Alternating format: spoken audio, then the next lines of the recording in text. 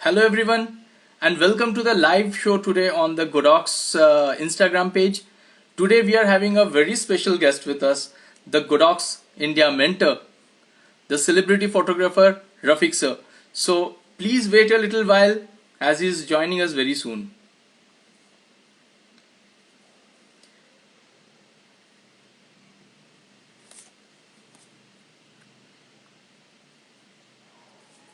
As his follower list is very big, as you know, so it is going up and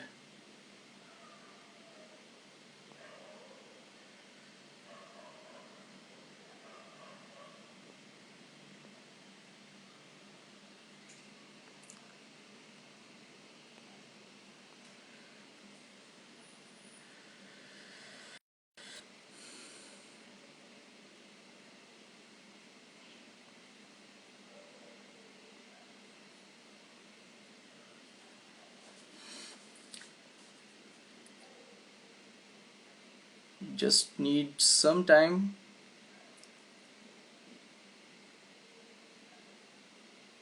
Yeah, sir is there with us now.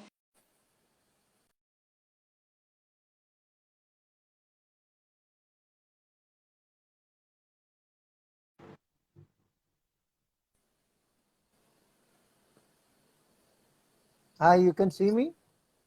Yes, sir. Yeah. Welcome to the live stream, Okay. sir. Yeah. Yes, Yeah. now, yeah. So both of us are now live. Okay. Yeah. Sir, तो आप पहले बताएं आप है कैसे कैसे चल रहा है और बॉम्बे कैसा है? मैं ठीक हूँ। जो चीजें सामने हैं वो हैं। वो मेरे बोलने से जाएगी तो नहीं ना। मेरी आदत में से है कि जो चीज मैं चेंज नहीं कर सकता मैं एक्सेप्ट कर लेता हूँ। Yes sir. अच्छा sir, different kind of time है और आप अभी कहाँ पर बैठे हो? People that where you are, you are celebrity photographer, you are sitting at a high position, you are one of those amongst the celebrity photographer, one of the in the limelight. But was your route this easy? आपका रास्ता, आपका journey कैसा गया यहाँ पर? Was it full of struggles or was it little bit smooth? तो थोड़ा सा जर्नी के बारे में अगर हमें पता है तो। नहीं, मेरे लिए जर्नी बहुत मुश्किल नहीं रहा है। मेरे लिए काफी आसान रहा है। मैंने जिंदगी में स्ट्रगल नहीं किया है फोटोग्राफी के बारे में। काफी हम्म आसानी से मैं तरक्की तो नहीं बोल सकता हूँ, लेकिन मुझे काफी आसानी से काम मिला है। मुझे मुश्किल नहीं हुई है। और उस ज़माने में फैशन फोटोग्राफर भी बहुत कम थे, इजीली हम्म अवेलेबल नहीं थे, क्योंकि वो स्पेशलाइज फील्ड नहीं हुआ करता था। उस ज़माने में हर आदमी टेबल टॉप भी कर लेता था, पोर्ट्रेट भी कर लेता था, फैशन भी कर लेता था। तो हम्म मुश्किल नहीं रही है मुझे। लेकिन ज़माने का बदल है आज। हज़ारों हम्म फोटोग्राफर्स हैं। उस ज़माने में 100 में होते होंगे, कब उससे भी कम होते होंगे। तो हम्म। मुझे ज़्यादा स्ट्रगल नहीं करना पड़ा। सर, आप जब डिसीजन लिए कि फोटोग्राफी ही करनी है, उस तरह से कुछ सोचकर आप आगे जा रहे थे या लाइक आपके जो आर्ट हम देखते हैं, माने it's more of an art, वो आर्ट वर्क है कि मतलब क्रिएटिव आर्ट के जॉनर में चला जाता है जब आपके देखते तो where you into art and you shifted over here और where you all decided that I will be a photographer and what is all about if you kindly like. मेरे घर में था, सब ब्यूरोक्रेट थे। मेरे अंकल ही सिनेमाटोग्राफर थे। उन्होंने मुझे इस फील्ड में डाला है। Okay sir. और वो क्वाइट फेमस थे। और मैंने सिनेमाटोग्राफी से बहुत सीखा है। मुझे फोटोग्राफी से ज़्यादा मुझे जो लाइटिंग है, जो जो भी सीखी है, मैंने सिनेमाटोग्राफी से सीखी है। और मैंने फिलॉसफी की है और आज भी फिलॉसफर का स्टूडेंट हूँ। स्पिरिचुअल चीज़ें हैं मुझ में इस चीज़ के हिसाब से। लेकिन फोटोग्राफी मैंने बाद में सीखी है, सिनेमाटोग्राफी पहले सीखी है। इस हिसाब से मतलब मैंने देखा है। उसके बाद मैंने फोटोग्राफी, एक पारसी जेंटलमैन हुआ करते थे, बहुत पोर्ट्रेट में बहुत मशहूर थे, बेलीवम जी। वो उनसे मैंने सीखा है। Okay sir. आ, तो वो चीज़ें रही हैं कि मैंने ऑब्जर्वेशन से, मैं हमेशा समझता हूँ कि जिंदगी में ऑब्जर्वेशन और अवेयरनेस होना चाहिए। आप जो देखते हैं अपने अराउंड में, वो एक्चुअली वो चीज़ें आपको इंस्पायर करती हैं। रोड रोड पे लड़के या जो हादसात होते हैं, जो सोशल लाइफ में जिंदगी होती है, उसका रिफ्लेक्शन हमेशा जिंदगी पे पड़ता है। और वही हाँ सर। रिफ्लेक्शन आपके सबकॉन्शियस और कॉन्शियस लेवल से बाहर आके एक इमेज बनाता है। सर सर, आपने उस जमाने के जो ब्लैक एंड व्हाइट फिल्म्स थे वो भी देखा है? आप दूसरे दूसरे बड़े कैमरा से वो काम किए थे जब सिर्फ ब्लैक एंड व्हाइट रील्स ही था, और उसके बाद आपने कलर्ड फिल्म्स, उसके बाद डिजिटलाइजेशन हो गया, इतना इतना ड्रामेटिक चेंज, इतना वास्ट चेंज आपने चेंज। देखिए, चेंजेस तो जिंदगी का एक हिस्सा है, चेंज के बगैर तो कुछ होता नहीं है। आज आप देखें तो डिजिटल उरूज पे है, लेकिन आप फिर देखें कि फिल्म फिल्म वापस आ रही है।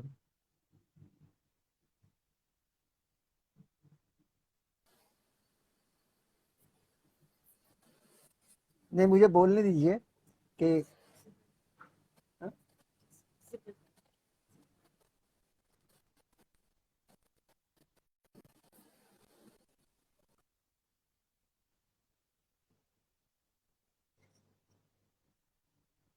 हाँ, तो चेंज तो हमेशा होने वाली चीजें हैं। वो जैसी चीजें नहीं है कि आप हाँ जी सर।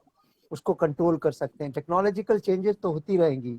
आप उसको हाँ जी सर। फिल्म फिल्म से पहले कलर था, sorry, hmm. Film black and white से पहले कलर थी, और वो भी इम्पोर्टेंट एस्पेक्ट रहा है, जिसको हम्म। मैंने बाद में ब्लैक एंड व्हाइट शूट करने लगा।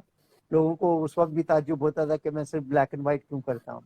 कलर मैंने एडवर्टाइजिंग के लिए की है, लेकिन ब्लैक एंड हम्म। व्हाइट मेरा मीडियम रहा है, जिसका एक्सप्रेशन मैंने हमेशा ब्लैक एंड व्हाइट में किया है। जिंदगी यस सर, अभी भी। हम्म। में ना, और ब्लैक एंड व्हाइट फिल्म पे काम करना एक बहुत बड़ा डिफरेंट है। वो वो डिफरेंस ये है कि ब्लैक एंड व्हाइट में आप जब फिल्म पे शूट करते थे, को प्री विजुअलाइज करना पड़ता था। आपको देखना पड़ता था कि ब्लैक ब्लैक शेड्स किधर है, ग्रे शेड्स किधर है, आपको किस तरह के कपड़े यूज करने हैं, किस तरह की बैकग्राउंड यूज करना है। वो अलग चीज थी। वो उस जमाने फिल्टर हुआ करते थे, ग्रीन, रेड, येलो फिल्टर्स हुआ करते थे। अगर आप ग्रीन पे शूट कर रहे हैं और उसको लाइटर टोन देना है, तो आप ग्रीन फिल्टर यूज किया करते थे। तो उसमें आपकी एक्सपर्टीज होती थी। आप इजीली ये चीज नहीं मिलती थी कि आप जाएं, शूट करें और हो जाएगा। आपको फोटोशॉप नहीं था कि आपने डिजिटल पे डेफिनेटली शूट सर। किया और जाके आपने फिल्टर यूज किए हैं। नहीं होता था उसमें। आपको टेक्निकल एक्सपर्टीज होनी चाहिए थी कहीं ज्यादा। मुझे लगता है कि आज डिजिटल में आपको हाथों हाथ मिला है बहुत सी चीजें। फोटोशॉप की वजह से बहुत सी आसानी हुई है। वहाँ प्री प्रोडक्शन बहुत ज्यादा इम्पोर्टेंट था। आज डिजिटल में पोस्ट प्रोडक्शन इम्पोर्टेंट होने लगा है।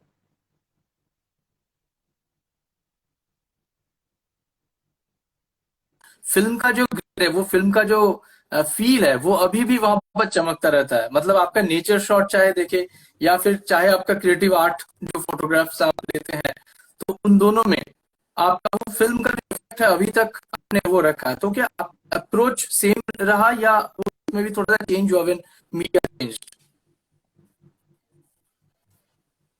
नहीं, मैं अब भी फिल्म शूट करता हूँ। आज आज भी फिल्म शूट करता हूँ। मैं एल्फर्ड के का मेंटर भी हूँ। और ओके। तो मैं आज भी फिल्म शूट करता हूँ।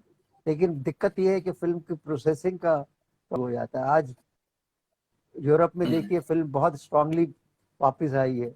मैं हम्म। 39 साल या 40 साल के फोटोग्राफर को जर्मनी में मिला था, तो बात करते ओके। करते उसने कहा फिल्म बंद कर दी जाएगी तो मैं रिटायर हो जाऊंगा। तो कुछ कुछ लोग फिल्म राइट। के इतने आशिक होते हैं कि हाँ जी सर। वो थ्री डायमेंशन देखते हैं।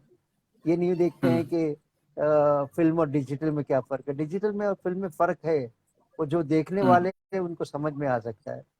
मैं हमेशा समझता हूँ कि फोटोग्राफी पिक्चर को देखने के लिए फील करना चाहिए, देखना नहीं चाहिए। जब तक आप फील नहीं करेंगे वो पिक्चर आपको दिखाई नहीं देगी जो फोटोग्राफर कहना चाहता है और उसने जब शूट करते हुए उसे देखा था। आप बटन दबाने से पहले, आप क्लिक करने से पहले फोटोग्राफर को पिक्चर फील होना चाहिए। वो उसको देख के शूट करना तो सबको आता है, लेकिन वो जो फीलिंग है वो ज्यादा इम्पोर्टेंट है। फोटोग्राफर का और फोटोग्राफर का, हर एक आर्टिस्ट का, इवन प्लेयर्स के एक इंस्पिरेशन होता है। मतलब कोई ना कोई किसी को वो फॉलो करता है। तो आपका कोई इंस्पिरेशन जिसके काम से आप प्रभावित हुए या फॉलो कर रहे हैं? अभी तो कोई बचा नहीं है उन लोगों में से। मुझे हार्विंग पेन के वर्क को बहुत इंस्पायर किया है, रिचर्ड एवरॉन के वर्क को बहुत, हेलमट न्यूटन के वर्क को बहुत इंस्पायर किया है। और कुछ अरसे पहले तक है ना, मतलब इंस्पायर तो नहीं किया, I was gate impressed with Prabhudeva. हम वो मुझसे 5 साल पहले आए थे। मेरी लोगों को लगता था कि उनकी और मेरी बहुत दोस्ती है, क्योंकि हम दोनों ब्लैक एंड व्हाइट करते थे और जिंदगी में मैं खाली एक बार उनको मिला हूँ गोवा में। अब वो एंडल भी नहीं रहे, उनके घर पे मिला हूँ। तो वो उनका भी वर्क काफी बहुत इम्प्रेसिव रहा है।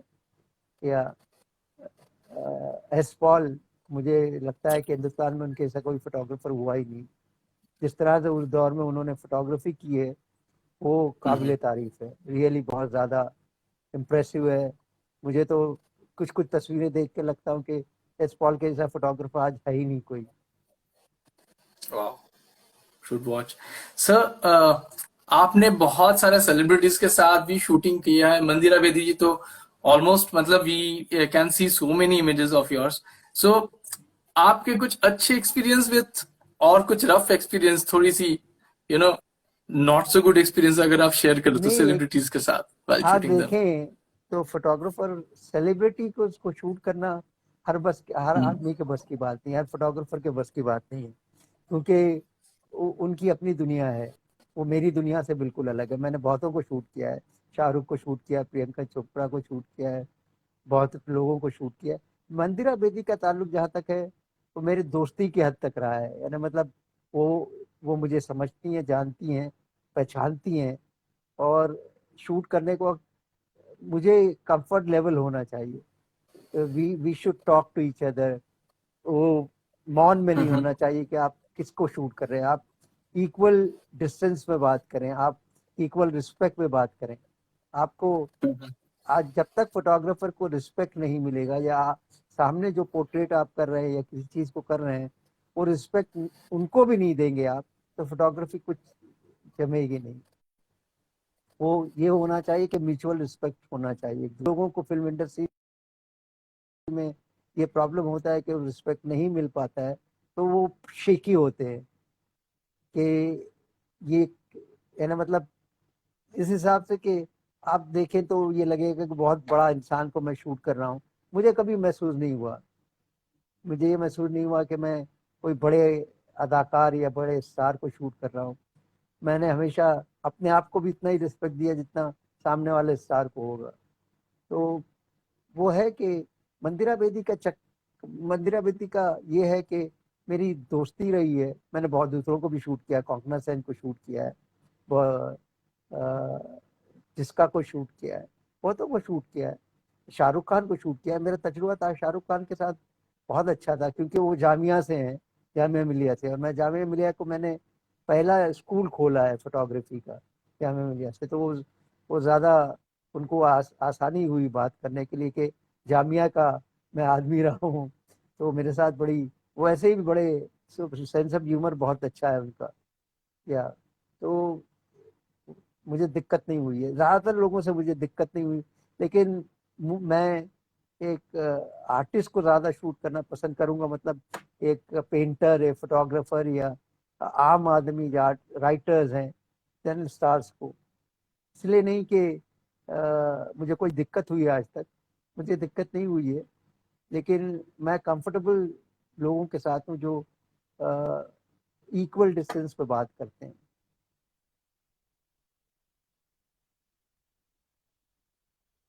शूट करते वक्त आपको लगा कि अब तो काम बिगड़ गया है, तो बहुत मुश्किल हो गई है, डिफिकल्ट सिचुएशन, और उसको आपने फिर हैंडल कैसा किया, ऐसा कोई एक्सपीरियंस?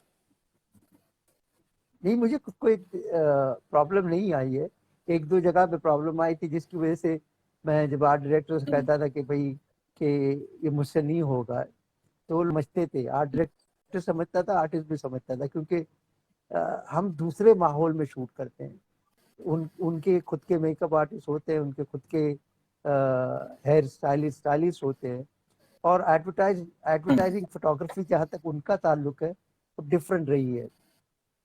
वो वो और हमारे स्टाइलिस्ट दूसरी तरीके से सोचते हैं, उनके हेयर स्टाइलिस्ट दूसरे तरीके से सोचते हैं, तो रैपो इतना नहीं हो पाता है।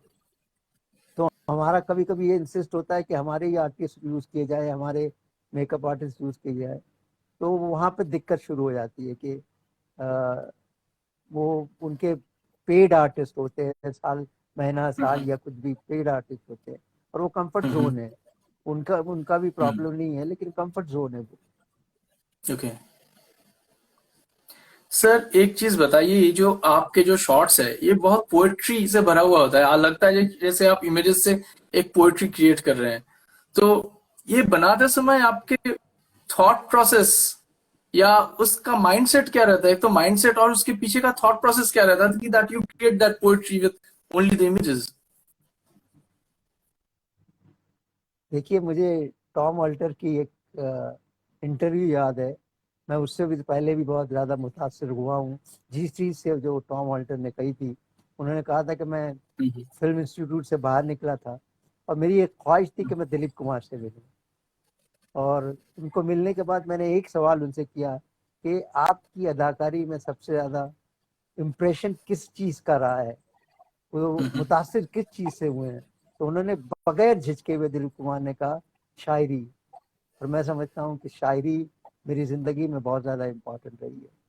मैं सिर्फ मैं ये समझ के चलता हूँ कि शायरी के बगैर मैं नहीं होता। शायरी आपको रोमांटिक बनाती है, शायरी आपको दुख भी देती है, दर्द भी देती है, मोहब्बत की बहुत सी चीज़ें सिखाती है। और उसका ताल्लुक कहीं ना कहीं आर्ट से रहता है। शायरी एक आर्ट है कि शायरी का एक ताल्लुक रहता है। और मैंने बहुत सीखा है। आप देख ले, फैज़ है, फैज़ है, अहमद फराज है, जानसार अख्तर है, या नरूडा है, कीट्स है, शैली है। इन्होंने एक रास्ता जरूर दिखाया है। और मैं हमेशा ये कहते हुए हमेशा मुझे खुशी होती है कि मैंने पोइट्री का रास्ता लिया है, किसी और चीज का नहीं रास्ता लिया।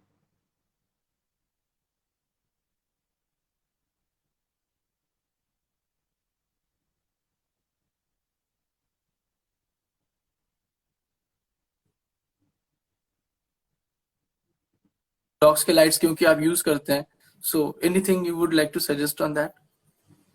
गुडॉक्स लाइट्स के बारे में बात कर रहे हैं। गुडॉक्स लाइट्स थोड़ी सी लाइक आई के कैन। पहले गुडॉक्स से पहले मैंने कोई लाइटिंग सिस्टम ऐसा नहीं देखा था। मैंने दूसरे सिस्टम देखे थे, लेकिन वो इतने एक्सपेंसिव थे, और इतने मतलब इफेक्टिव थे ही। लेकिन कोडॉक्स को लेने के बाद मुझे कोई दिक्कत आज तक नहीं पेश आई। मैं समझता हूँ 4 साल से यूज कर रहा हूँ, और एक बार भी मेरी लाइट, मैं फैशन करता हूँ, पोर्ट्रेट करता हूँ, मेरी स्पीड बहुत ज्यादा रहती है और ठीक है। पॉजेज नहीं रहते हैं। लेकिन आज तक एक लाइट ने मुझे धोखा नहीं दिया है। एक चीज है कि बहुत आला पैमाने की लाइट्स है जिनको है ना, मतलब आप कोई भी आदमी अफोर्डेबल भी है, लेकिन इतना ये चीज है कि वो बहुत अच्छी लाइट्स है। मैं इसलिए नहीं कर रहा हूँ कि मैं मेंटर हूँ या नहीं, मैंने दूसरी लाइट्स यूज की हैं पहले। और मुझे आज लगता है कि मुझे कोई भी लाइट, अगर मैं 2 भी लाइट ले जाऊं, तो मुझे धोखा नहीं देगी कि मैं 4 लाइट ले जाऊं या 6 लाइट ले जाऊं। आज तक मुझे प्रॉब्लम नहीं है। मैं जबकि उनकी एलईडी लाइट हमेशा यूज करता हूँ, क्योंकि मुझे एलईडी से बहुत शौक है। सिनेमाटोग्राफी के टाइम वो जो कंटिन्यूस लाइट यूज की जाती थी, वो आप देख सकते हैं कि आप क्या शूट कर रहे हैं। एलईडी जो लाइट्स हैं, फ्लैश में आपको अंदाजा लगाना पड़ता है कि आपको क्या करना है। आपको आज तो मैंने देखा है कि फोटोग्राफर मीटर तक यूज नहीं करते। और मुझे ताज्जुब होता है कि फिर वो एक शॉट लेते हैं, उसके बाद करेक्शन शुरू हो जाता है कि एक सॉप ऊपर करना है, एक अंदर करना है, 4 अंदर करना है। मैंने मीटरिंग सीखी है सिनेमाटोग्राफी में एक चीज, और उसके बाद मैं मीटर के बगैर एक भी पिक्चर ले नहीं सकता। गोडॉक्स ने ये चीज दिया है कि रिलायबिलिटी बहुत रही है। मुझे वो स्पीड जो दूसरों में नहीं मिलती थी, वो मुझे ज्यादातर गोडॉक्स में मिली, और रिलायबिलिटी बहुत ज्यादा मिली है। सर, आपके कुछ इमेजेस मैंने अपने कलेक्शन में रखा है आपसे ही लेकर, तो आप उनको दिखाकर हमें कुछ आइडिया देना चाहेंगे अबाउट द थॉट प्रोसेस, आप क्योंकि लोग पूछें मुझे, सीखना चाहते हैं आपसे। हाँ जी सर, नहीं नहीं, पूछें आप मुझे, दिखा के मुझे पूछें। मैं आपको दिखा रहा हूँ सर। मैं कुछ एक, जैसे आपके ह्यूमन फिगरेटिव इमेजेस तो लोगों ने काफी देखा है, मैंने आपके कुछ नेचर फोटोग्राफ्स ऐसे देखे हैं जो इक्वली ऐसे ही ग्लैमरस है, तो मैं अभी उसके ऊपर कैमरा लेके आता हूँ। नेचर से ज्यादा ग्लैमर कोई चीज है ही नहीं, आप देखें तो। Exactly sir. या ये मैंने लद्दाख में शूट की थी, और लद्दाख में उस वक्त इतनी ठंड थी कि मैं गाड़ी में बैठ के शूट कर रहा था। अरे, ये बहुत सी चीजें मैंने लद्दाख में तकरीबन 5,000 पिक्चर शूट की है। मैं 4 बार गया हूँ वहाँ पे। और लद्दाख से ज्यादा मुझे कोई ब्यूटीफुल जगह नहीं दिखी। मैं हमेशा कहता हूँ कि लोग खुदा को ढूंढने जाते हैं, वहां पे खुदा आपको मिल जाता है। वो जगह है। आप, ये कलकत्ता में शूट की थी मैंने। हाँ। कलकत्ता मुझे बहुत फैसिनेटिंग लगता है शहर के हिसाब से। वहाँ कल्चर है, लोग हैं, बहुत सी चीजें, आर्ट है, जो अप्रिसिएशन है। अगर मैं एग्जीबिशन करता हूँ और अगर सेल करता हूँ एग्जीबिशन का, तो कोई खरीदेगा नहीं, लेकिन जितना अप्रिसिएशन कलकत्ता में मिलेगा आपको कहीं और नहीं मिलेगा। या, और ये सर देखिए, इसमें आपके जो एडिट्स है, ये एकदम हाई कंट्रास्ट ब्लैक और बहुत मतलब व्हाइट, कंट्रास्ट लेवल बहुत वो रहता है, और लगता है जैसे फिल्म का मतलब टेक्सचर ही उसके अंदर से दिखता है। एक एक चीज, एक एक डस्ट, एक एक पार्टिकल्स, एक एक स्टोन्स की डिटेल्स आ जाती है। तो जैसे आपके ह्यूमन जब आप शूट करते हैं तब जिस तरह से आता है, नेचर में भी उस तरीके का एक टच हमें देखने को मिलता है। तो ये एक आपका कोई पर्टिकुलर स्टाइल है, या आपको लगा कि इसमें ऐसे ही एडिट किया जाए? 10-12 साल या से मैं पढ़ा रहा हूँ, ये ज्यादा होगा। हाँ जी। और मुझे हमेशा एक क्वेश्चन हमेशा पूछा जाता है कि ब्लैक एंड हम्म, व्हाइट क्यों, आप हम्म, कलर क्यों नहीं करते हैं। पहले मैं समझाने की कोशिश करता था कि मुझे ब्लैक एंड व्हाइट पसंद है और मेरा मीडियम है। लोग कहते थे हम्म, कलर क्यों नहीं पसंद है। तो मैं कहता था कि नहीं, ब्लैक एंड व्हाइट के हर आर्टिस्ट का एक मीडियम होता है। तो हिंदुस्तान में एक प्रॉब्लम है कि लोगों को नहीं लगता है कि आप दोनों क्यों नहीं शूट कर सकते हैं। इंटरनेशनली लोग मीडियम करते हैं। अरविंद पेन ने जिंदगी भर ब्लैक एंड व्हाइट शूट किया है, रिचर्ड आवेना ने ब्लैक एंड व्हाइट शूट किए हैं जिंदगी भर। फिर बाद में मैंने कहना शुरू कर दिया कि मैं कलर ब्लाइंड हूँ। तो वो, तो जहां तक ताल्लुक है, मैं समझता हूँ कि हमेशा कहता हूँ कि आप जो कुछ कहते हैं कि मेरे शैडोज में बहुत डार्क होते हैं, तो मैं उसको ये कहता हूँ कि आप पढ़ा करें मेरे शैडो में, क्योंकि हाईलाइट्स तो सबको दिख जाती है, शैडो में मेरे हम्म, डिटेल्स होते हैं जिसको आपको पढ़ना है। बिल्कुल सर। ये ये तो गोवा में शायद, शूट किया था मैंने। ओके, ये मेरी ये बुक है का जब ताल्लुक है इसका, ये बुक है, ये मेरी बुक है, ways of base. Water, coffee table book okay. है, उसके पार्ट है ये हाँ, सब।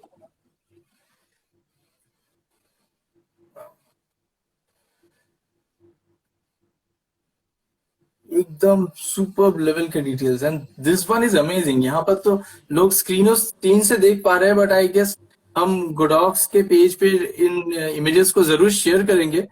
एंड इसमें ओके, कितना ज्यादा क्रिस्टल क्लियर डिटेल्स है, देखने से पता चलेगा, मतलब माइन्यूट से माइन्यूट डिटेल्स एंड रिफ्लेक्शंस की एक बहुत अच्छी प्ले है।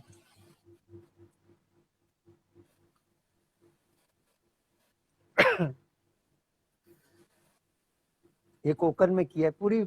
जो बुक है, बम्बई से हाँ। गोवा तक की शूटिंग है वो। अब मैं कोकनी हूँ, ओके। मैं कोकन के इलाके से रहने वाला हूँ, तो मुझे बड़ी मोहब्बत है उस जगह से। तो मुझे ये भी होता है कि आप जब किसी चीज जगह से मोहब्बत करते हैं तो वो पिक्चर भी अच्छी शूट कर लेते हैं। तो मैंने हर कोने में शूट किया है। मैंने एमटीडीसी जो महाराष्ट्र टूरिज्म का कैंपेन 4 साल तक किया था, तो मुझे जगह मालूम थी। ओके।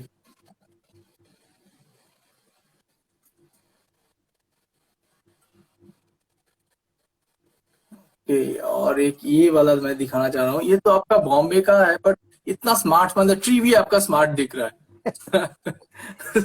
मुझे सबसे किस? बेहतरीन कॉम्प्लीमेंट एक औरत ने लिखा था मुझे कि हाँ इससे जी। पहले बम्बई इतनी खूबसूरत नजर नहीं आई। ये एक्चुअली बारिश का मौसम था। हाँ, दिस वन। या, या बारिश का मौसम था, और मैंने सोचा था कि कभी मैंने बारिश शूट नहीं की है बॉम्बे में, तो एक बार हम्म। गाड़ी में निकल गए थे और शूट किया था हम्म। बॉम्बे को। बॉम्बे बारिश में बड़ा खूबसूरत लगता है, स्पेशली आप सी के करीब जाएं, आप किनारे पे जाएं, तो बड़ा खूबसूरत लगता है। ये तो सीधा हमें निकल के बाहर जाने का मन कर रहा है, जाना नहीं चाहिए पर फिर भी जाने का मन कर रहा है इमेजेस देख के। ब्यूटीफुल। ये मरीन ड्राइव के या वहीं पे मरीन होगा ड्राइव ना? की तरह, या मरीन ड्राइव। मुंबई में सिर्फ कुछ चीजें हैं जिसको आप देख सकते हैं। ये मैंने अंडमान में शूट की थी। वो आदमी चलते जा रहा था, तकरीबन मैं 10 मिनट तक वेट करता रहा जब तक वो वहां नहीं पहुंचा। ये एक्सपैंड पे हाँ। शूट की गई है। हेजलबैट का एक फिल्म आती है एक्सपैंड, उस पे शूट की गई। वो हम्म। 70 है, फॉर्मेट है ओके। वो। क्या ये तो वन अंडमान सेकेंड कवर और की है। ये यहाँ पर ताज जो पे ये चीज है, है। यस, हाँ, यहाँ पर तीनों चीजें, मतलब आपका सी भी दिख रही है एंड वहां पर बैठे जो लोग हैं वो भी दिख रहे हैं। तो ये ज्योमेट्री आपने प्लान करके शॉट लिया था या नहीं गए नहीं और नहीं दिखा इस तरह नहीं से? नहीं नहीं नहीं, मैं ताज में शूट कर रहा था उनके मैगजीन के लिए, और हम्म। वहीं से मैंने देखा और मैंने पिक्चर फ्रेम किया और शूट कर लिया। चीजें कुछ कुछ आपके अतराफ में हमेशा होते रहती हैं। तो मैंने आप एक दो वर्ड यूज किए थे, ऑब्जर्वेशन एंड अवेयरनेस। ये जरूरी है कि आपकी आंखें खुली रहे, आपका दिमाग खुला, आपका दिल खुला रहे और चीजों को देखने हम्म। का। तो वो चीजें आपको दिखाई देंगी जब आप देखेंगे, कि देखना चाहेंगे। तो बहुत सी चीजें ऐसी हैं कि कैमरे से आप देख, मैं हमेशा कहता हूँ कि life is much larger than the view finder of the camera.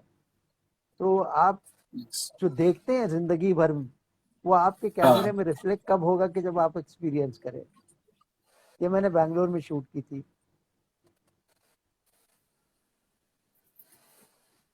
ये रिफ्लेक्शन को बहुत बेहतर पकड़ा हुआ है। जो चीजें हैं मैंने कभी कोई क्रिएट नहीं किया। मैंने हमेशा कहा है कि नेचर से आप बहुत कुछ सीख सकते हैं, नेचर बहुत चीजें क्रिएट करती है। मेरी किताब में मैंने सिर्फ एक एक चीज लिखी है, एक लाइन लिखी हम्म। है कि you discover, you don't never invent.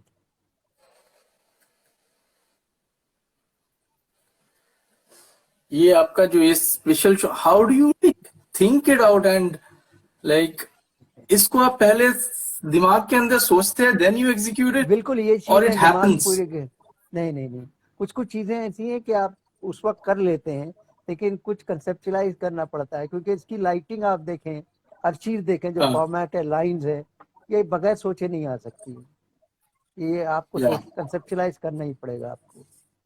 या मुझे इनके साथ एक डांसर का तस्वुर था, ख्याल था, एक डांसर हम्म। किस हालत में एक फैब्रिक से खेल सकती है। तो वो डांसर मैं हमेशा अप्रिशिएट करता रहा हूँ। डांसर को मैंने बहुत शूट किया है, और मैंने कभी फ्रीज नहीं किया है। इसमें थोड़ा फ्रीज ओके। है, लेकिन डांसर को मैंने फ्रीज नहीं किया। अगर आप मूवमेंट नहीं देखते हैं तो आपको कैसे पता है कि वो डांस कर रही है। अच्छा, ये on the go, on the motion ही आपने कैप्चर ये किया है नहीं, ये सारे? नहीं, ये कैलेंडर में नहीं। मैंने दूसरे डांसर को जब भी किया है, वो मैंने हम्म। फ्लैश बहुत स्लो में किया है, फिर या एलईडी लाइट यूज की है, या टंगस्टन लाइट यूज की है। सर हमें कुछ सिखाइए कि हम अपना प्लान करके शॉट्स ले सके। What are the steps to go forward? I think everybody is excited to get this question. देखिए, एक चीज है कि कंसेप्चुलाइज तो आपको करना है, लेकिन आप जब शूट पे करते हैं, जब वो जहाँ पे भी जाते हैं, हम स्टूडियो पे करते हैं, बाहर चीज करते हैं, तो बहुत सी चीजें लाइट्स पे उसकी जिम्मेदार होती हैं कि आप जब देखते हैं कि वो मॉडल, आपने जितना कॉन्सेप्ट किया वो मॉडल नहीं है, तो आपको हम्म प्लान बी होना चाहिए कि आप क्या शूट करना चाहते हैं। जैसे बाहर जाते हैं, आपको लाइट आपके कंट्रोल में होती नहीं आउटडोर में। जब आप हम्म देखते हैं, हम्म आप दूसरी जगह जाते हैं और प्लान पूरा के पूरा चेंज कर लेते हैं आप। तो आपको हम्म एक एक चीज तो एक कामनेस होना चाहिए, एक पीस होना हम्म चाहिए आपको, क्योंकि वो हम्म जब तक नहीं है, नर्वसनेस बिल्कुल भी नहीं होना चाहिए, क्योंकि चीजें हमेशा वही नहीं होती है जो आप करना चाहते हैं। हम्म आपको उस मसले को इसलिए हल करना है कि आपको हम्म देखना चाहिए कि आप करना क्या चाहते हैं। आपको वो चीज हम्म मिलेगी नहीं कभी कभी कि जो आप चाहते हैं। मैं तो रेकी के लिए 2 बार जाता हूँ, लाइट देखता हूँ, हम्म पिक्चर्स लेता हूँ, हम्म उसके बाद वहां पे शूट करने के लिए जाता हूँ। लेकिन उस दिन अगर लाइट खराब है तो आप क्या करेंगे? हम्म बारिश है, क्या करेंगे आप? हम्म तो उसके रुकने के बाद भी आपको वो लाइट नहीं मिलेगी जो आप चाहते हैं। लेकिन उस हम्म लाइट को यूज करने की आपकी प्लानिंग होनी चाहिए, कि आपकी एक्सपीरियंस होना चाहिए कि आप किस तरह शूट, बगैर नर्वस हुए आपको उस लम्हे को देखना चाहिए, उस वक्त को देखना चाहिए कि आपको क्या शूट करना है। पिक्चर आपको मिलेगा, आप, वो कहीं नहीं जाएगा। लेकिन आपको ये सोच के करना है कि मुझे इसको कैसे शूट करना है। आप उस तरह शूट नहीं कर सकते कि आपने प्री प्लान किया था या कंसेप्चुलाइज किया था, क्योंकि वो हम्म लोकेशन बदल गई है, हालात हम्म बदल गए हैं, तो आपको उसको यूज करने की ये रहनी चाहिए। इमीडिएटली आपको उसी समय मतलब अपने इमेजिनेशन को उस तरीके से सोचना पड़ेगा so that you can make the best of the situation. बिल्कुल, बगैर नर्वस हुए चीजें हम्म आपको वो करनी है जो आप देखते हैं, विजुलाइज कर लेते हैं। आपने जो देखी है वो चीज आपको हर जगह हम्म नहीं मिलती है। हम्म तो आपको ये सोच के करना चाहिए कि आपको इसको यूज कैसे कर सकते हैं, जो सिचुएशन आपको मिली नहीं है। हम्म सर, आपके लिए लाइक इफ यू वंस से कि मुझे कोई भी सेलिब्रिटी को आप या फिर बर्डिंग आर्टिस्ट को आप बोलेंगे कि आपका मैं शूट करना चाहता हूँ, वो तो डांस करते हुए आपके पास पहुंच जाएंगे। With some other creative minds also, like in Mumbai, in Kolkata, in South, in Chennai also, in Delhi, बहुत सारे क्रिएटिव लोग हैं जो शूट करना चाहते हैं but they don't know how to approach people, how to get through and how to मतलब go for it at all, even for the experiments they can not do anything. So what is your guidance कि कैसे वो start करे, कैसे वो शुरुआत सेले करे, जैसे आपने शुरुआत किया था, थोड़ी सी आइडिया। सेलिब्रिटी कोई डांस करते आपके पास नहीं आएगा, इतना तो है सेलिब्रिटी नहीं चाहिए, ह्यूमन आपको। बींग्स चाहिए ताकि वो या आपने, हाँ, नहीं, पहली कैसे बात तो वो आपको करे एग्जीक्यूट। आज आज के दौर में सबको हम्म उनकी पब्लिसिटी मैनेजर्स हैं, सब कुछ है, उनके थ्रू जाना पड़ता है। मुझे हम्म तकलीफ नहीं हुई क्योंकि सेलिब्रिटी ने मुझे कांटेक्ट किया है, और मैंने, हम्म और लेकिन आखिरी में जाना उनके थ्रू ही पड़ता है, क्योंकि हम्म वो उनको कहाँ पब्लिश करना है, पिक्चर कैसे करना है, वो डिसाइड करते हैं। लेकिन हम्म मुझे ये दिक्कत नहीं हुई है कि मुझे कुछ अप्रोच करना पड़ा, या फिर मैगजीन अप्रोच होती है मुझसे कि सेलिब्रिटीज को हम्म शूट करना है। मैंने कभी मैनेजर्स को कांटेक्ट नहीं किया है। लेकिन सही तरीका है कि आप उनके मैनेजर से दोस्ती पड़े, पब्लिसिटी फर्म जो होती है उनकी, उनसे कांटेक्ट करें, तो वो कहीं ज्यादा बेटर है। कैलकाटा में इतना प्रॉब्लम नहीं है, क्योंकि कैलकाटा में सेलिब्रिटीज इतने ज्यादा नहीं है, और वो है, वो जमीन पे रहने वाले लोग हैं, वो इजियर है, आप हम्म अप्रोच कर सकते हैं। क्या चेन्नई में भी डिफिकल्ट है, चेन्नई में भी बहुत बड़े बड़े स्टार्स हैं। मैंने चेन्नई में शूट नहीं किया है, लेकिन बैंगलोर में मैंने किया है, और मुझे कोई दिक्कत नहीं आई है उसमें।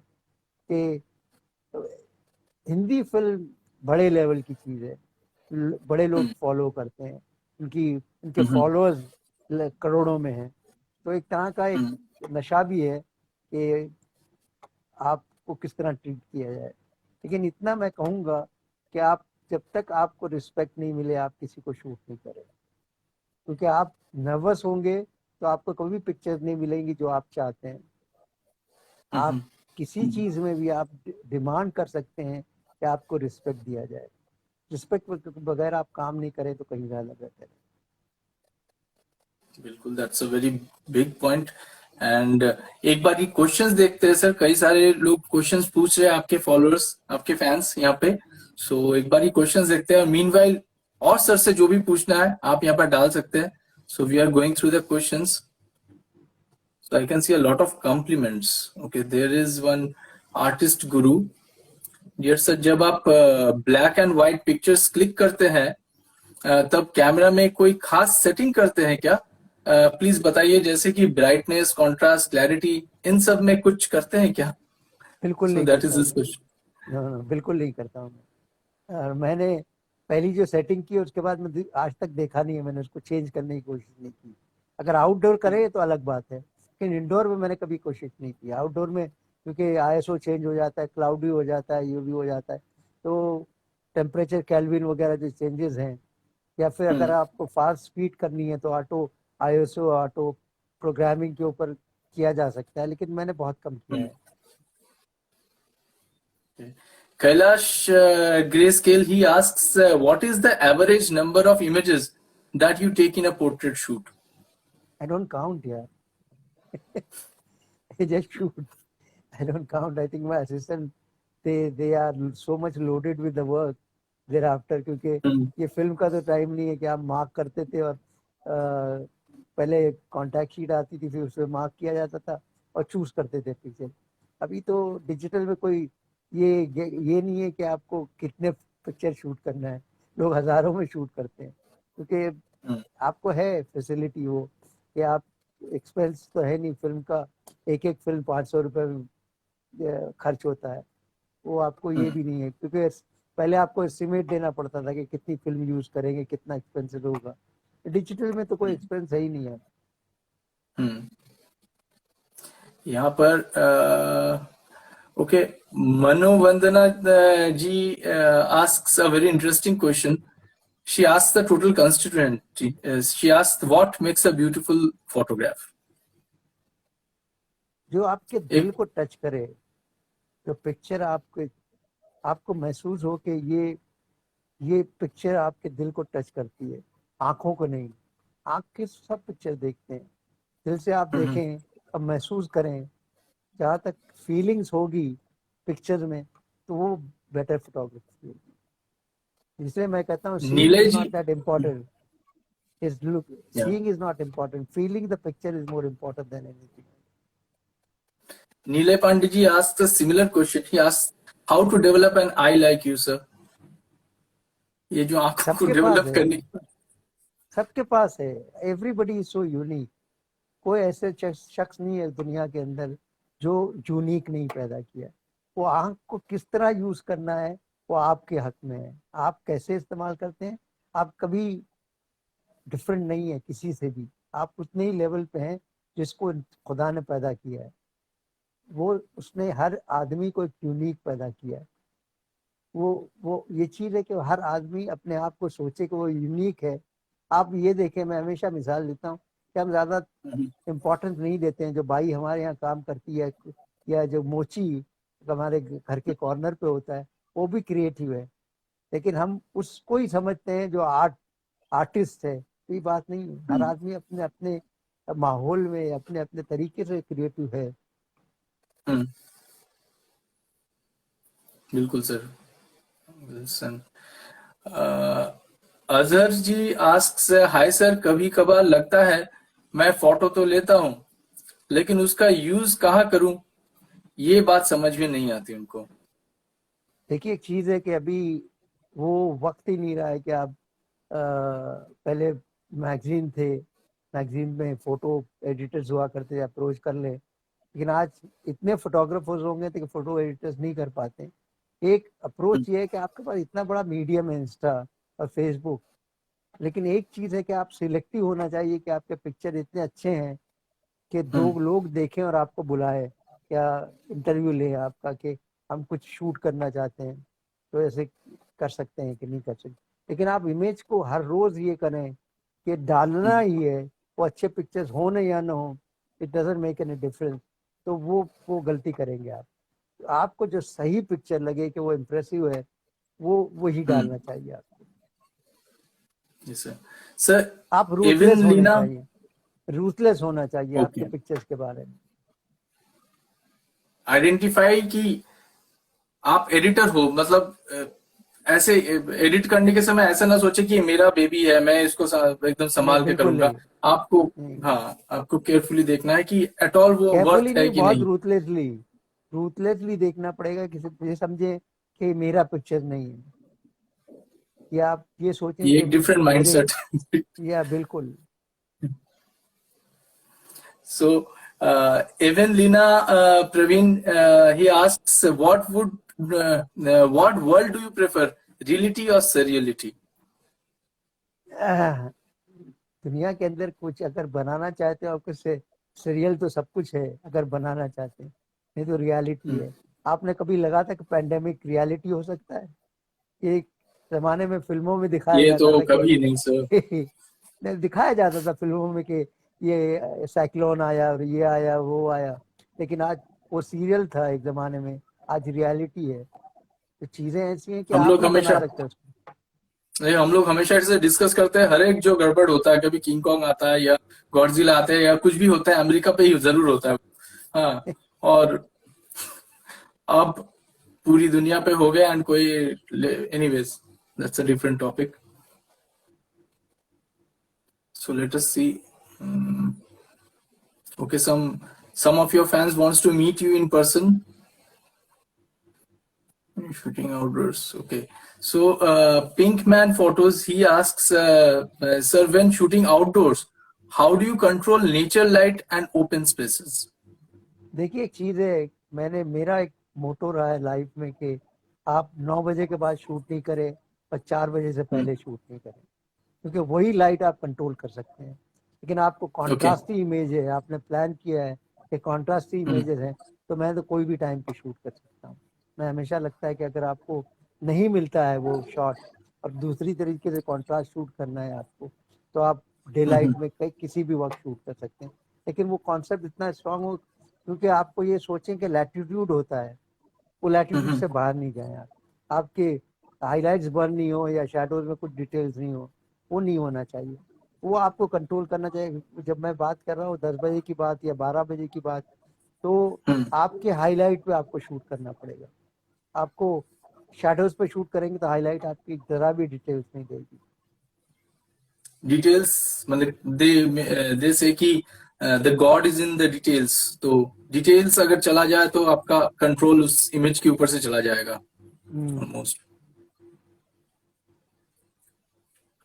So, Tarvinder ji asks an interesting question about the conversion. Well, sir, you convert your pictures in black and white in the post production or in the camera, or you shoot black and white itself? There is no nothing of a black and white shooting. Digital में सबसे Raw. पहली चीज है कि आप medium जो होता है वो कलर ही होता है, लेकिन मैं शूट ब्लैक एंड व्हाइट पे करता हूँ और बाद में मुझे Hmm. हाई रेज में या रॉ में उसको कन्वर्ट करना Hmm. पड़ता है, लेकिन मैं देखता हूँ ब्लैक एंड व्हाइट में हर चीज को। Okay. तो वो चीज नहीं है कि मैं कलर देखूं और फिर उसके बाद कन्वर्ट करूँ, नहीं, मैं ब्लैक एंड व्हाइट में देखता हूँ और फिर रॉ में जाके Hmm. उसको कन्वर्ट करता हूँ। Okay. Okay. So it is in basically in raw, and you are shooting in black and white mode. So black and white में या देखकर आप अपना images को बनाते हैं, फिर raw से उसको दोबारा हाई रेज में आपको हाँ मिल जाता है। बिल्कुल बिल्कुल।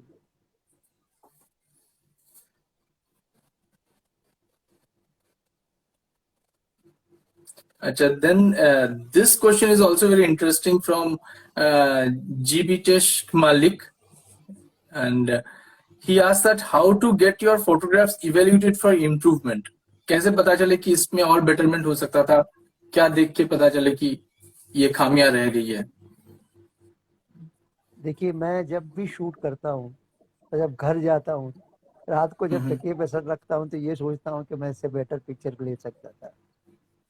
आप हर्फ आखिर नहीं है, लास्ट वर्ड नहीं है। एक याद रखें, अगर आपको एरोगेंस है तो आप कभी इम्प्रूव नहीं हो सकते। आप हमेशा सोचें कि मैं इससे बेटर ले सकता था। ये पिक्चर कितना भी आपको अच्छा लगे, लेकिन आप में वो क्वालिटी है तो पिक्चर आपको बेटर लगे। ये हमेशा सोच के चलें कि कल जब शूटिंग करूंगा तो जो मैंने यस्टरडे किया है वो tomorrow hmm. I will be doing a better job than that. ये तो रहना ही चाहिए आपके।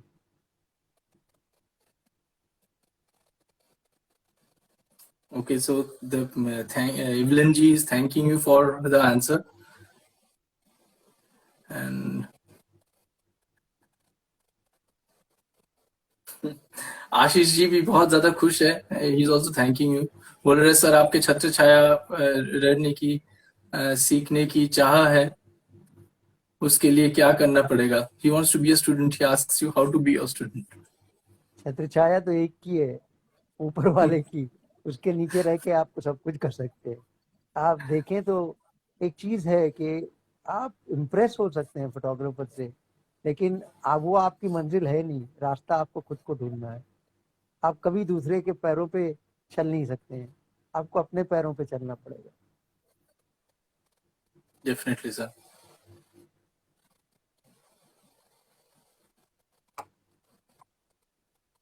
Okay, this is also Yellow Mist is asking, uh, sir, how to choose outdoor background? Outdoor के लिए बैकग्राउंड जब आप सिलेक्ट करते हैं तो क्या देख के सिलेक्ट करते हैं? देखिए बहुत सी चीजें हैं, जैसे पेड़ पौधे हैं, नेचर है, ट्री है, या बीचेस हैं। उसको आपको सोचना पड़ेगा, क्योंकि आप रूइंस हैं। आप मैं एक जमाने में मुकेश मिल्स और इतनी शूट करता था जहाँ पे रूइंस हैं, पूरी जेडीबी मिल्स हैं। तो आपको कौन चीज कॉन्सेप्ट में शूट करना है। मैंने हाई फैशन रूइंस में शूट किए हैं। एक ओके। बड़ा बेहतरीन डिजाइनर है शाह दुरादी का, उनके कैटलॉग शूट किए हैं मैंने मुकेश मिल्स में। तो आपको कंसेप्चुअलाइज, कभी कभी ये लगता है लोगों को कि हाई फैशन आपको क्लासी होटल्स में शूट करना पड़ेगा, या 5 स्टार 7 स्टार होटल्स में। लेकिन हमने जब शूट किया था मुकेश मिल्स में, वो भी क्लासी लगता था। आपको out of the box thinking हमेशा सोचनी चाहिए। ये सोचना चाहिए कि ये जो क्लासिक चीजें हैं कि होटल में 5 स्टार में पिक्चर है, अगर आप किसी और जगह पे शूट करते हैं जो किसी ने देखा नहीं है, तो वो भी इंटरेस्टिंग हो सकता है। सर एक चीज जानना था आपसे कि आप जब मॉडल्स को लेते हैं, जैसे आप हायर भी कर सकते हैं, एजेंसीज से मॉडल्स हायर कर सकते हैं, बट जब हायर करते हैं वो क्या देख के, मतलब हाउ डू यू अंडरस्टैंड कि this is the kind of face that you require? उनके जॉ लाइंस चौड़े होने चाहिए या वो ओवल फेस्ड होने चाहिए? मतलब क्या क्या फीचर्स होने चाहिए that makes you select that particular person as your suitable model? देखिए पहली चीज तो है ना कि I hate one concept of beauty. I don't think that is. लोगों को एक जमाने में इंडिया में होते हुए लोग डार्क कम्प्लेक्शन लड़कियां नहीं ले रहे थे, ये मुझे आज भी ताज्जुब लगता है। मैंने उस वक्त यूज करना शुरू किया डार्क कम्प्लेक्शन लड़कियां जब लोग सब फेयर गर्ल्स किट्स में जाते थे। आज देखें फॉरेनर्स आके इंडियन क्लोथ्स पहनती हैं, मुझे ताज्जुब लगता है इस बारे में। क्योंकि जिस जिस लोगों ने कपड़े पहने नहीं है, इंडियन गारमेंट, वो फील क्या कर सकती हैं और एक्सप्रेस क्या कर सकती हैं, बॉडी लैंग्वेज क्या होगा। वो इंडियन गर्ल जो देख कर सकती है, जो एक्सप्रेस कर सकती है, वो फॉरेनर्स नहीं कर सकती। हाँ वेस्टर्न क्लोथ आप कर रहे हैं तो अलग बात है, लेकिन एक तरह का इम्प्रेशन हो गया है कि वाइट स्किन लेना चाहिए। ये चीज आप उसको सिलेक्ट कर सकते हैं, आपको जिस कॉन्सेप्ट में लेना है। लेकिन ये सोच के आपका पिक्चर ज्यादा इंप्रेसिव लगेगा कि वाइट स्किन है, ये गलत है। मैं मुझे तो अगर कोई लड़की जो डार्क है तो मुझे बहुत अच्छा लगता है शूट करना। मैं समझता हूँ कि जो dark, black and white dark skin में जो उसका टेक्सचर आता है, वो कभी वाइट स्किन में नहीं आएगा। Anything about the facial features, sir? Yeah, every image everybody, person has his own again angle.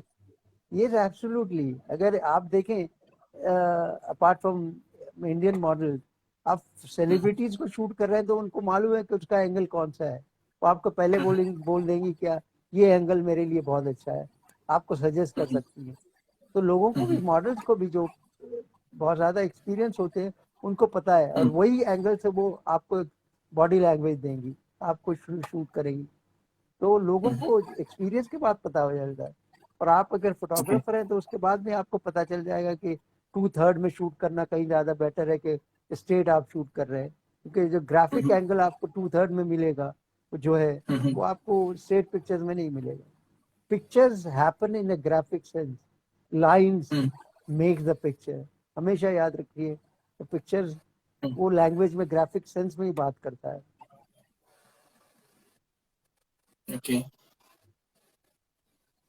आपका एक इमेज मुझे याद है, उसमें खाली माने पूरे इमेज में the full frame was black, उसमें एक साइड से एक ही एंगल में, वो भी टॉप एंगल में, दो आईज दिख रहे थे और आधा फेस ढका हुआ था। सो वो पूरी अट्रैक्शन उस उन दोनों आईज पे ही जा रहा था। वो ब्लैक कहीं पर वो नेगेटिव स्पेस नहीं कर सकते because that was adding up to the total image. तो ये जो कंसेप्चुअलाइजेशन है, ये क्या एडिट के समय आप करते हैं या that was the whole space, like हाँ, आपके आप फ्रेमिंग ही ऐसे सोचकर नहीं आपने नहीं, किया हुआ? कितने कितने बहुत कम पिक्चर मैंने एडिट के टाइम किए हैं। और पहली बात, मैं कॉम्पोजिशन को बिलीव नहीं करता हूँ। मैं कॉलेजेस में जाके या यूनिवर्सिटीज में जाके लोगों को कहता हूँ कि आप यहाँ तक सीख लीजिए कि रूल्स ऑफ कॉम्पोजिशन होते हैं, बाहर जाके तोड़िएगा इसको। ये चीज़ जो है वो बहुत पुरानी हो गई है। कि पॉजिटिव नेगेटिव जो स्पेस है, हम्म, वो आप खुद क्रिएट करें कि आपके पॉजिटिव स्पेस क्या है और नेगेटिव स्पेस क्या है। तो मैं जो देखता हम्म, हूँ उसके हिसाब से मैं कंपोज कर लेता हूँ कि मुझे क्या शूट करना है। अगर आप ऐसे ही करते रहे तो आप कभी हम्म, प्रोफेशनली से देख नहीं सकते हैं कि आपको क्या शूट करना है। आप आखिरी में एक लॉन्ग शॉट ले लें, आप कंपोज कर लें। आज को तो 60 मेगा पिक्सल 100 मेगा पिक्सल की फ्रेम्स हैं। आप हम्म, क्लोज में जाके भी कंपोज कर सकते हैं, लेकिन आप फोटोग्राफर नहीं है अगर आप पहले से कंपोज नहीं करें। Composition is a very exactly. Important thing, लेकिन आपको देखना चाहिए कि आप किस तरह के पिक्चर शूट कर रहे हैं। आपको कोई बता नहीं सकता है कि ये पिक्चर आपको शूट करना है, आपको देखना है पिक्चर। मतलब थ्रू द मतलब इंटरनल आईज से आपको देखकर विजुअलाइज करना है बिफोर। बिल्कुल, या बिल्कुल।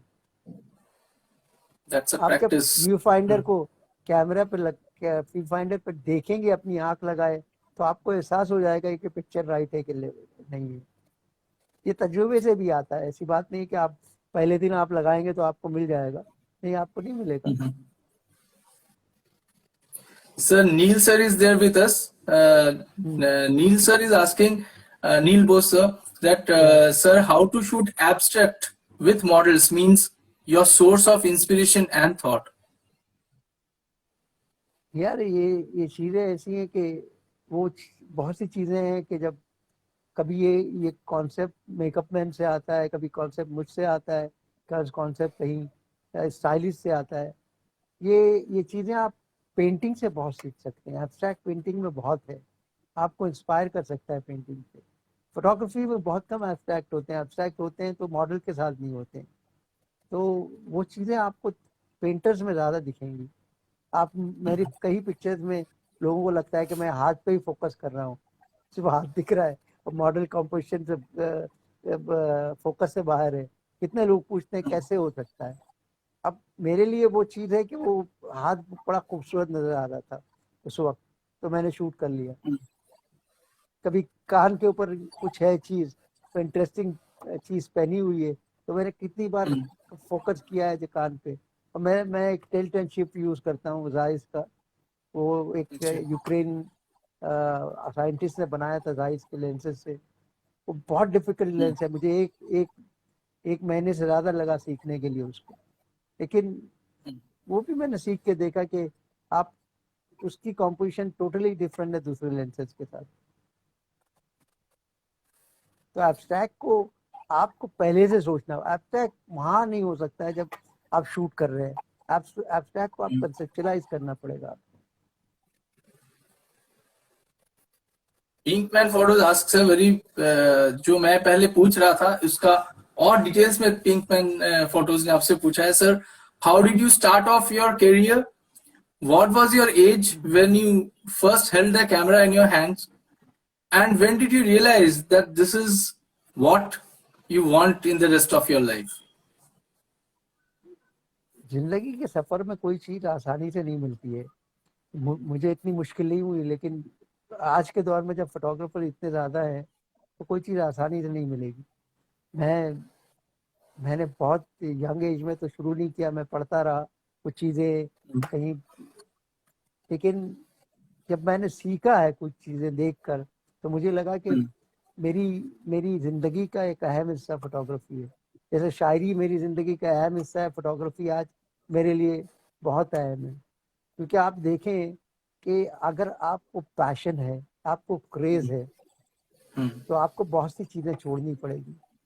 मुझे अफसोस होता है कभी कभी कि बहुत सी चीजें मैं सेक्रीफाइस करता हूँ, और मेरी फैमिली सेक्रीफाइस करती है मेरे लिए, क्योंकि मैं बहुत कम डिनर्स पे जाता हूँ, मैं पार्टीज में तो जाता ही नहीं। मैंने बहुत सी हम्म, चीजें छोड़ी हैं फोटोग्राफी के लिए। कि मैं बड़कपन की बात नहीं कर रहा हूँ, क्योंकि वो क्रेज हो हम्म, जाता है, उसके दिमाग और दिल में चला जाता है। तो वो चीज होती है कि मैं अगर कितना भी बीमार हूँ, समझो अगर बुखार भी है 102, तो शूटिंग है, तो वो हम्म। जब तक शूट कर रहा हूँ मुझे बुखार का एहसास भी नहीं होगा। तो ये चीजें ऐसी नहीं है कि मैं कोई फख्र के साथ बोल रहा हूँ या कोई घमंड या एरोगेंस के साथ बोल रहा हूँ। मैं कहता हूँ कि जब आपके दिमाग में क्रेज घुस जाता है, तो और दूसरी चीजें हम्म। आपको नजर नहीं आती हैं। सर, हम आपसे अगर गुजारिश करें कि एक शायरी का टुकड़ा हमारे लिए हो जाए, सारे फोटोग्राफर्स भाई जो यहाँ पर अभी कनेक्टेड है, I think they would love to hear something from you. मैं बहुत बार ये बोल चुका हूँ कि उर्दू शायरी है, बड़ी खूबसूरत सी चीज है यस सर। कि आप वो जानिसार अख्तर, जावेद अख्तर के वालिद ने लिखा है कि देखूं तेरे हाथों को तो लगता है तेरे हाथ मंदिर में फकत दीप जलाने के लिए है। सोचो तो बड़ी चीज है तहजीब बदन की, वरना तो बदन आग बुझाने के लिए है। तो उर्दू शायरी बहुत इंस्पायर करती है। और शायरी ऐसी है कि it's beautiful, amazingly beautiful. Neruda की शायरी है, फैज की शायरी है, मुझसे पहली सी मोहब्बत मेरे महबूब नमा। तो शायर की शायरी है। लुधियानी ने वो फिल्मों में बहुत बड़ी बड़ी चीजें दी हैं। तो ये चीजें हैं कि आप जब शायरी करने लगते हैं तो आपको थोड़ा बहुत रोमांटिज्म हो जाता है कि आप नेचर से हम्म, करें, ह्यूमन से करें, या हम्म। दुनिया से करें, लेकिन रोमांटिक जरूर बना देती है।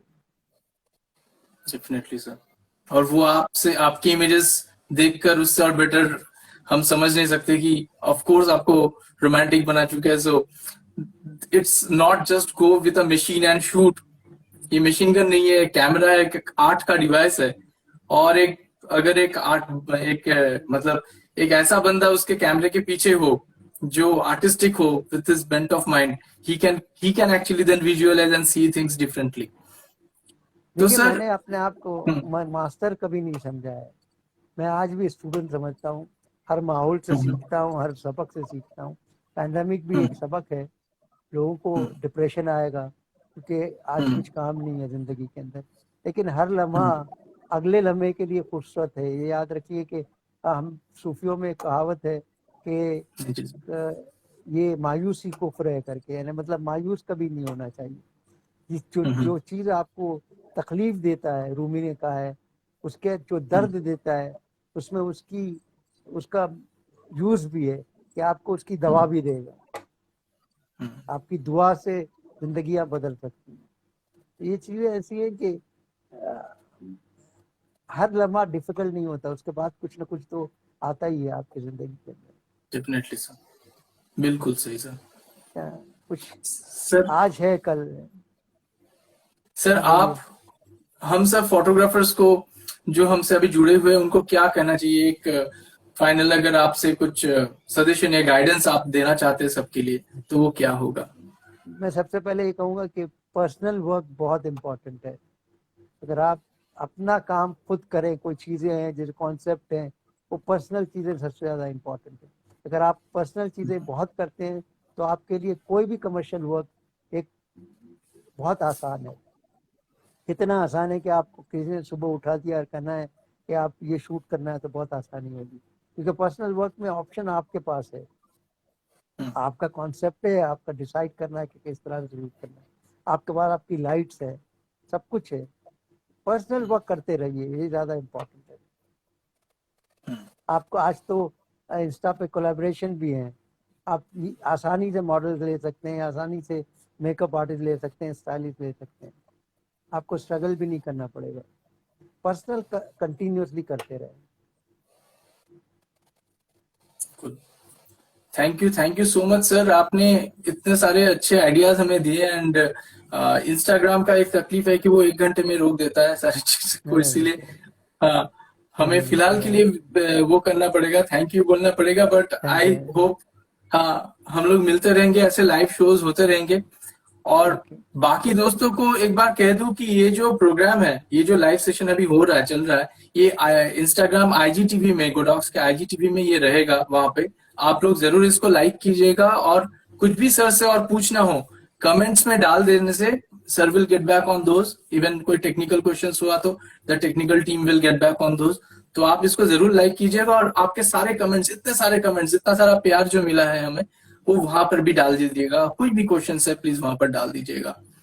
Thank you very much. I think really मैं ग्रेटफुल, मैं अप्रिशिएट करता हूँ कि इतने सर, लोगों ने इट्स दोबारा आवर सवाल प्लेजर टू किया हैव है। You. No no, thank you very much. Thanks a lot. Thank you sir, thank you everyone, thank you sir.